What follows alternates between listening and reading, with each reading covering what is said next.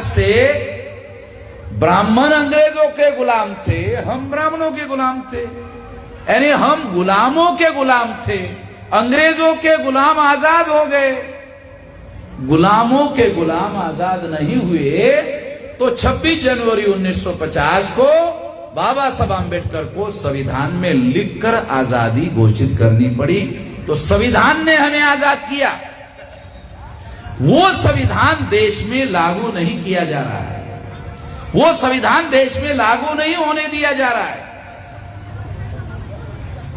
इसको समझनी जरूरी है।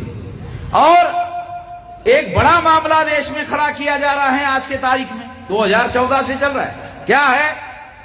हिंदू मुसलमान, हिंदू मुसलमान, हिंदू मुसलमान, हिंदू मुसलमान, हिंदू मुसलमान। जब हिंदू मुसलमान होता है ना तो महंगाई खत्म हो जाती है। अरे हर आदमी इसी से परेशान रहता है कि नहीं यार हिंदू मुसलमान का मामला है, उसको पूछो महंगाई, अरे महंगाई छोड़ो, ये हिंदू मुसलमान का मामला बड़ा है। महंगाई बर्दाश्त लोग कर रहे हैं, क्यों? नहीं, मामला हिंदू मुसलमान का।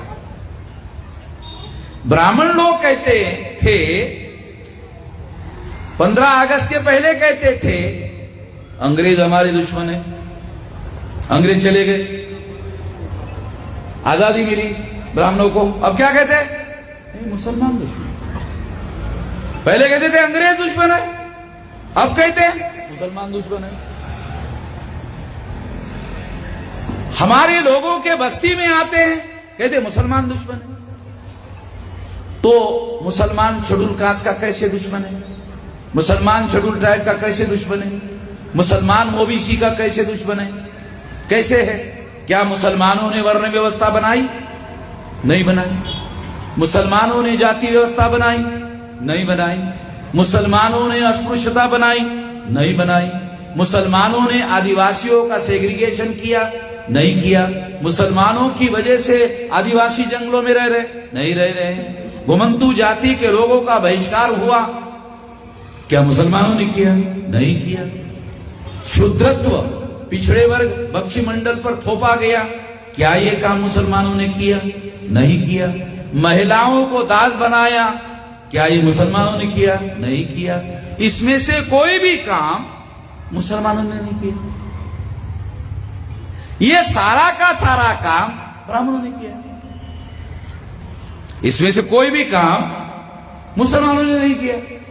ये सारा का सारा काम ब्राह्मणों ने किया। और ब्राह्मणों के वेद, श्रुति, स्मृति, पुराण, रामायण, महाभारत, गीता, इसमें सारा लिखा हुआ है, लिखित है। इसका मतलब है कि ब्राह्मणों ने हम लोगों को इस देश में गुलाम बनाकर रखा हुआ है। मुसलमान हमारे दुश्मन किस आधार पर है? मुसलमान राष्ट्रपति है, मुसलमान देश चला रहे हैं, मुसलमान बड़े बड़े मंत्री है, संतरी है, कौन है? क्या मुसलमानों के पास कोई पावर है? कुछ भी नहीं। मुसलमानों के पास कुछ नहीं है। मगर आरएसएस के लोग मुसलमानों को एससी, एसटी, ओबीसी के सामने बता रहे हैं ये तुम्हारे दुश्मन। जो दुश्मन है ही। तो एससी, एसटी, ओबीसी के लोगों को यह ध्यान रखना है कि मुसलमानों ने जो ब्राह्मणवादी व्यवस्था है वो नहीं बनाई, वो ब्राह्मणों ने बनाई। उसके धर्मशास्त्रों में एविडेंस है। इसलिए मुसलमान हमारे दुश्मन हो नहीं सकते। अगर कोई दुश्मन हो सकता है डॉक्यूमेंट्री एविडेंस के आधार पर, तो ब्राह्मण है। ये ब्राह्मणों ने किया हुआ है। मेरी कोई निजी दुश्मनी नहीं है ब्राह्मणों के साथ। ये ब्राह्मणों के खेती को मेरी खेती लगी हुई है। मेरे ढोर डंगर ब्राह्मणों के खेती में जाके चरते हैं, ब्राह्मणों के ढोर डंगर मेरे खेती में आके चरते हैं। इसलिए वामन मेश्राम का और ब्राह्मणों का झगड़ा है, कोई निजी झगड़ा नहीं है। ये कोई निजी मामला नहीं है, ये सिद्धांत का मामला है, ये सिद्धांत का मामला है। ये ब्राह्मणों ने किया हुआ है। मेरी कोई निजी दुश्मनी नहीं है ब्राह्मणों के साथ। ये ब्राह्मणों के खेती को मेरी खेती लगी हुई है, मेरे ढोर डंगर ब्राह्मणों के खेती में जाके चरते हैं, ब्राह्मणों के ढोर डंगर मेरे खेती में आके चरते हैं, इसलिए वामन में श्राम का और ब्राह्मणों का झगड़ा है। कोई निजी झगड़ा नहीं है, ये कोई निजी मामला नहीं है, ये सिद्धांत का मामला है, ये सिद्धांत का मामला है। ब्राह्मण जो है वो कहते हैं सारे इंसान बराबर नहीं है, ब्राह्मण सबसे ऊपर है, बाकी सभी लोगों को ब्राह्मणों की पूजा करनी चाहिए।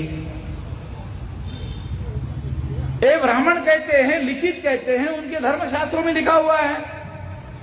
भारत के संविधान ने इसे रद्द कर दिया, इसलिए आरएसएस के लोग संविधान को नहीं मानते।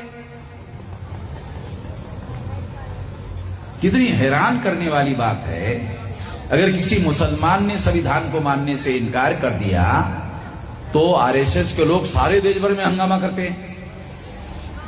मगर आरएसएस ने आज तक 97 साल हो गए आरएसएस बनाकर, कागज में एक रेजोल्यूशन तक पास नहीं किया कि हम संविधान पर यकीन करते हैं, विश्वास करते हैं। कभी ऐसा कोई कागज में प्रस्ताव पारित नहीं किया। जो आरएसएस संविधान पर विश्वास नहीं करता, संविधान में अगर कोई आर्टिकल आपको पसंद नहीं है तो संविधान में बाबा साहब अम्बेडकर ने लिखा कि संविधान का आर्टिकल अगर आपको पसंद नहीं है तो आप उसको सुधार सकते हो। सुधारने का, अमेंडमेंट करने का अधिकार है, संविधान ही बदलने का अधिकार संविधान में नहीं है। तो आरएसएस के लोग संविधान बदलने की बात करते हैं। संविधान के अंदर कोई आर्टिकल आपको पसंद नहीं है, उसको सुधार सकते हो, ये तो बाबा साहब ने खुद ही लिखा। संविधान में सुधार कर सकते हो, संविधान बदलने का अधिकार संविधान द्रोह है, और संविधान द्रोह राष्ट्रद्रोह है। आरएसएस के लोग राष्ट्रद्रोह कर रहे हैं, मगर डेली प्रचार करते हैं, वो डेली प्रचार करते हो राष्ट्रवादी है। केवल आरएसएस के लोग प्रोपोगंडिस्ट है, यानी प्रचारवादी है, केवल प्रचार करते हैं, और अखबार वाले उनकी हां में हां मिलाते रहते हैं, उनका प्रचार करते रहते हैं। सही नहीं है। आरएसएस के लोग राष्ट्रवादी नहीं है। जो लोग डीएनए के अनुसार विदेशी है, जो लोग डीएनए के अनुसार विदेशी है, वो लोग राष्ट्रवादी कैसे हो सकते हैं? अगर विदेशी लोग राष्ट्रवादी होते तो फिर अंग्रेज भी राष्ट्रवादी होते। तो अंग्रेजों को गांधी जी ने, नेहरू जी ने क्यों कहा चले जाओ? तो अंग्रेजों ने गांधी जी को पूछा क्यों चले जाओ? तो गांधी जी ने कहा आप विदेशी हो। तो चर्चिल ने गांधी जी को कहा गांधी जी आप भी तो विदेशी हो, आप भी तो विदेशी हो। चलो ऐसा करते हैं, मैं पोटली बांध लेता हूं, मैं आगे रहता हूं, तुम्हारी पोटली बांध के मेरे साथ चलते, दोनों चलते विदेश, दोनों विदेशी, मैं भी जाता हूं तुम भी जाओ। गांधी जी ने कहा कि मैं जो आजादी मांग रहा हूं मेरे लिए नहीं मांग रहा हूं, इनके लिए मांग रहा हूं। तो मेरे नाम पर, हमारे नाम पर आजादी लिया, हमें नहीं दिया। बनिया जो होता है वो लेता है, देता नहीं। गांधी बनिया था। गुजरात के लोगों को बुरा लगेगा, मगर बनिया का स्वभाव है, वो लेता है, देता नहीं है। गुजरात के लोगों का नहीं, सारे दुनिया में लोग जो है वो गांधी जी को महात्मा कहते हैं। गांधी जी कभी भी महात्मा नहीं थे। गांधी जी को महात्मा कहने का क्या मतलब है कि उन्होंने कमर के ऊपर कपड़ा डालना बंद कर दिया, बस इसी की वजह से गांधी जी महात्मा हो।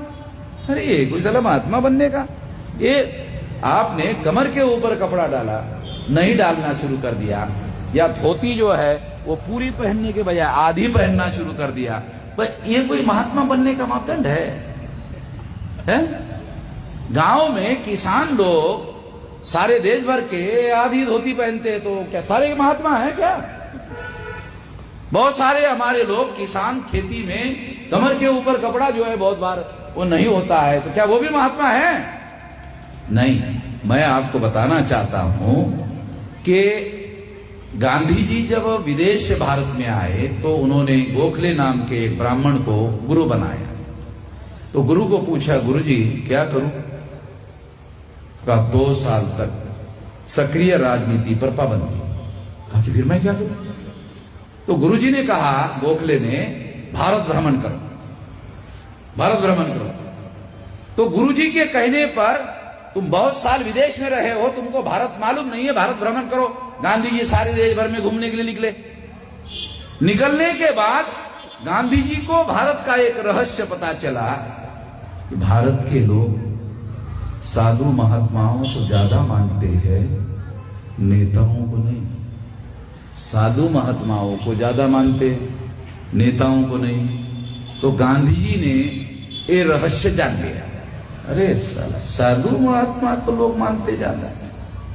तो गांधी जी ने साधु बनने का नाटक रचने का प्लान बनाया कि नेता बनना है तो पहले साधु बनना पड़ेगा, तो साधु बनेंगे तो लोग मानेंगे, तो नेता बन जाएंगे तो फिर साधु बनकर अपना उपयोग और इस्तेमाल करेंगे, लोगों का जन समर्थन करेंगे तो इसका इस्तेमाल करेंगे। इस तरह से गांधी जी ने भारत की प्रजा के साथ धोखाधड़ी करने का काम किया।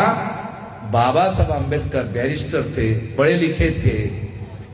बाबा साहब अम्बेडकर मैट्रिक बैरिस्टर नहीं थे, वो ग्रेजुएट बैरिस्टर थे। गांधी जी मैट्रिक बैरिस्टर थे। पहले के समय में मैट्रिक होकर बैरिस्टर हो सकते थे, मगर बाबा Saheb Ambedkar barrister, graduate barrister थे। उनको ये बात समझ में आती थी, वो उनके झांसे में नहीं फंसे, गांधी जी के वो झांसे में नहीं फंसे, और उन्होंने अपना इंडिपेंडेंट आंदोलन भारत में जारी किया। अगर वो इंडिपेंडेंट आंदोलन जारी नहीं रखते तो संविधान नहीं बनता। संविधान नहीं बनता तो हमारे लोगों को अधिकार नहीं मिलता। जो संविधान में अधिकार मिला ना, वो हमारे लोगों को अधिकार नहीं मिलता।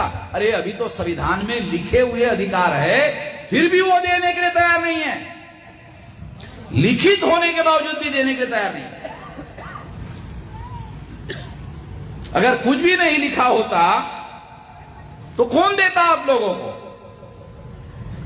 एक बार देखते हुए साला कोई आया ही नहीं अभी तक, मगर देख रहे हैं नहीं कोई आएगा। ये लिखा हुआ है, ब्राह्मणों के धर्म ग्रंथ में लिखा हुआ है कि संकट आएगा तो मैं आऊंगा। साला कितना संकट आया हुआ है, संकट का कोई मर्यादा नहीं है, मगर वो आने का नाम नहीं ले रहा, आ नहीं रहा। और अगर आ गया तो वो भी लिखा हुआ है, अगर आ गया तो किसका नाश करने के लिए आएगा? राक्षसों का नाश करने के लिए। और ब्राह्मणों ने पहले लिख कर रखा कि राक्षस कौन है? आप लोग राक्षस, ये पहले लिख के रखा। नहीं ये तो आने वाला नहीं है, और अगर आ गया तो राक्षसों का नाश करने के लिए, यानी आप लोग राक्षस हैं।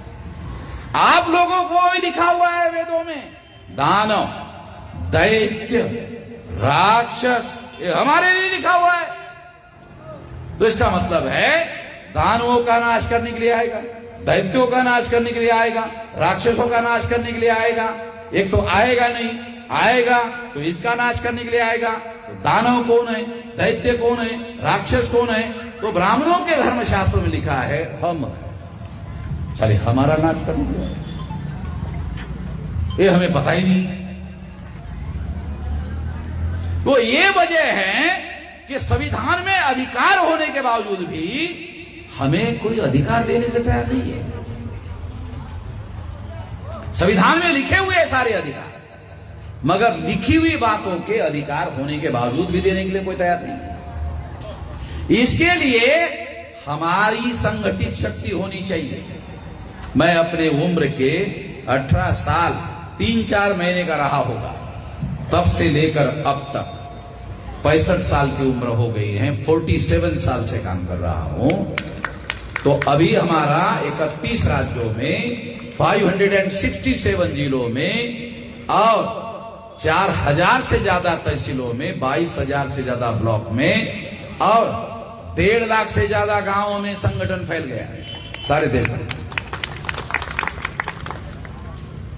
और अभी नागपुर में आरएसएस के विरोध में 2-3 लाख लोग इकट्ठा किए, हजारों गाड़ियां पुलिस वालों ने लगाई, जितने लोग गाड़ी में भरते उससे ज्यादा आ जाते,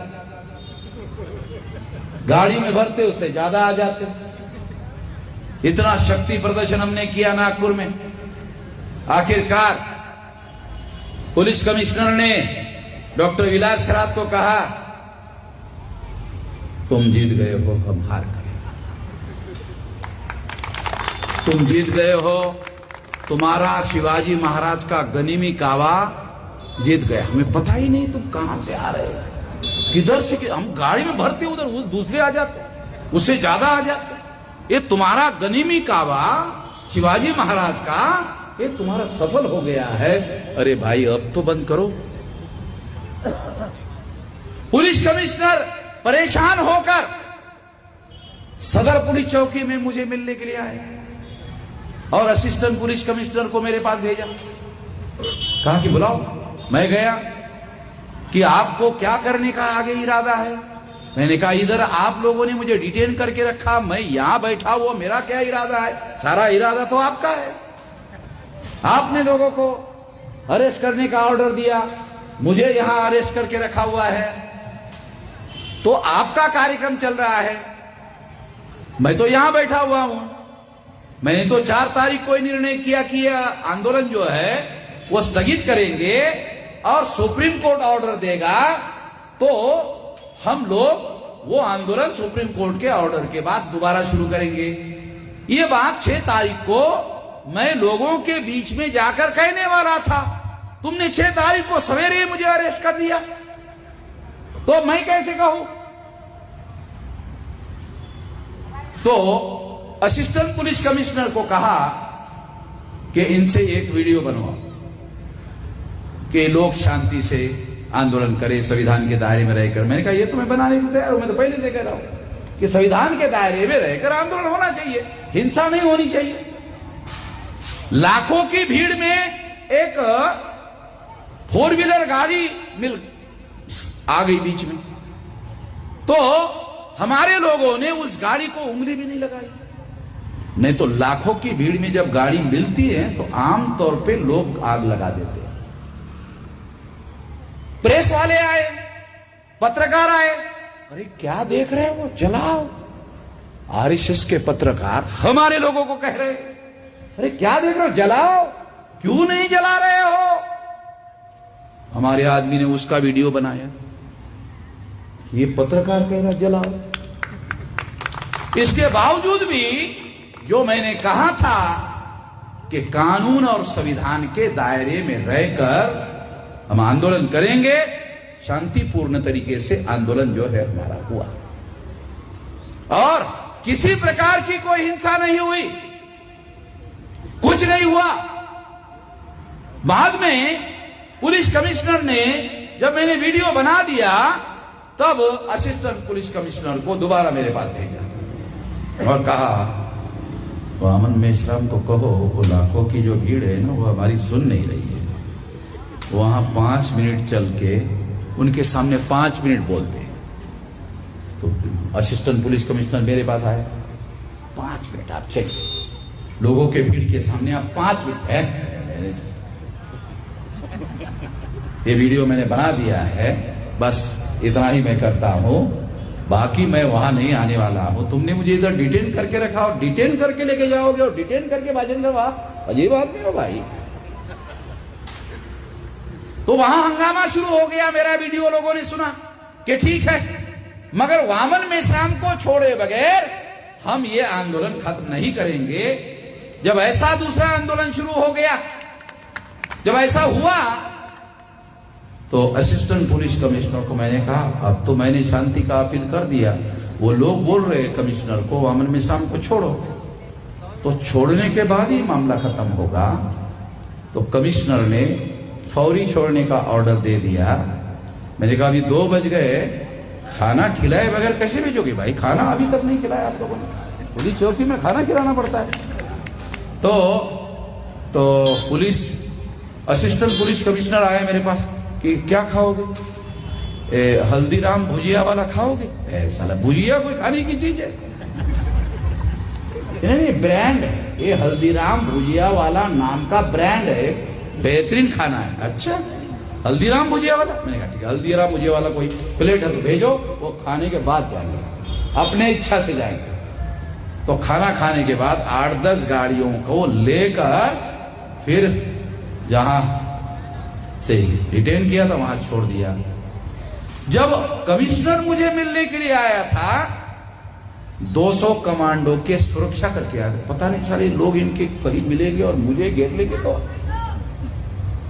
200 कमांडो का फोर्स लेके आए, इतना डरा हुआ था। साथियों, सारे देश भर में लोग आरएसएस के डरते हैं। जब मैंने ऐलान किया मोर्चा लेके जाऊंगा तो आरएसएस के हेडक्वार्टर को 150 स्टेट रिजर्व पुलिस के लोग प्रोटेक्ट कर रहे थे। तो मोहन भागवत ने सरकार को कहा कि इसमें तो ये नागपुर के लोग हैं, इसमें तो वामन मिश्राम के लोग होंगे, वो भी इधर का ही रहने वाले हैं, ये तो प्रोटेक्शन कम करेंगे और हम इसका ही साथ देंगे। तो कहा कि सेंट्रल गवर्नमेंट की पुलिस लगाओ, सेंट्रल गवर्नमेंट का सीआईएसएफ लगाया, सेंट्रल इंडस्ट्रियल सिक्योरिटी फोर्स लगाया। उसके बाद भी हमारे लोग जब नहीं माने तो 70 कमांडो रखे हुए वहां। तो मैंने कहा अरे हमारे 500 लोगों ने तुम्हारे 28,000 पेशवा लोगों को भीमा कोरेगांव में मारा था, अरे 150 लोगों का क्या होगा भाई, तुम जानते नहीं हो इतिहास। तो मैं आपको बताना चाहता हूं जो आरएसएस वाले भारत में सभी को डराते थे वो मेरे को डरते थे,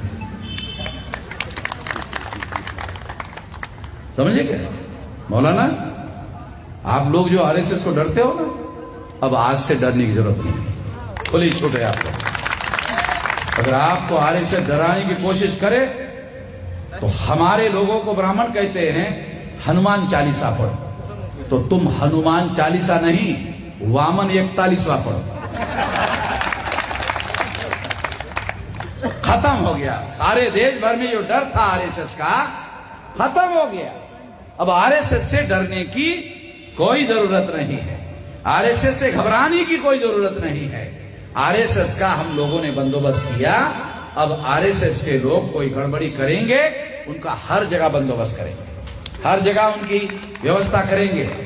साथियों, मैं इसलिए ये बात आप लोगों को बता रहा हूं, इसलिए ये बात समझा रहा हूं क्योंकि इस देश में हमने आज इतना विशाल संगठन खड़ा कर दिया है। संगठन शक्ति के बल पर यह किया गया है, इतना विशाल संगठन हमने खड़ा किया। ये जो मैं करने में कामयाब हो गया, ये संगठन शक्ति के बल पर किया। अगर ये संगठन शक्ति के बल पर संभव है तो कुछ भी आने वाले समय में संभव है। अब आखिरी बात कहता हूं, 10 साल, 2030 तक 10 साल, 10 साल में 6.5 लाख गांव में से 6 लाख गांव का संगठन खड़ा हो जाएगा। मेरी आवाज केवल लोगों तक पहुंचने की जरूरत है। अगर आवाज पहुंच गई हमारे लोगों के पास तो हमारे समर्थन में खड़े हो जाएंगे। आप लोगों की जिम्मेदारी है आवाज गांव गांव पहुंचाओ।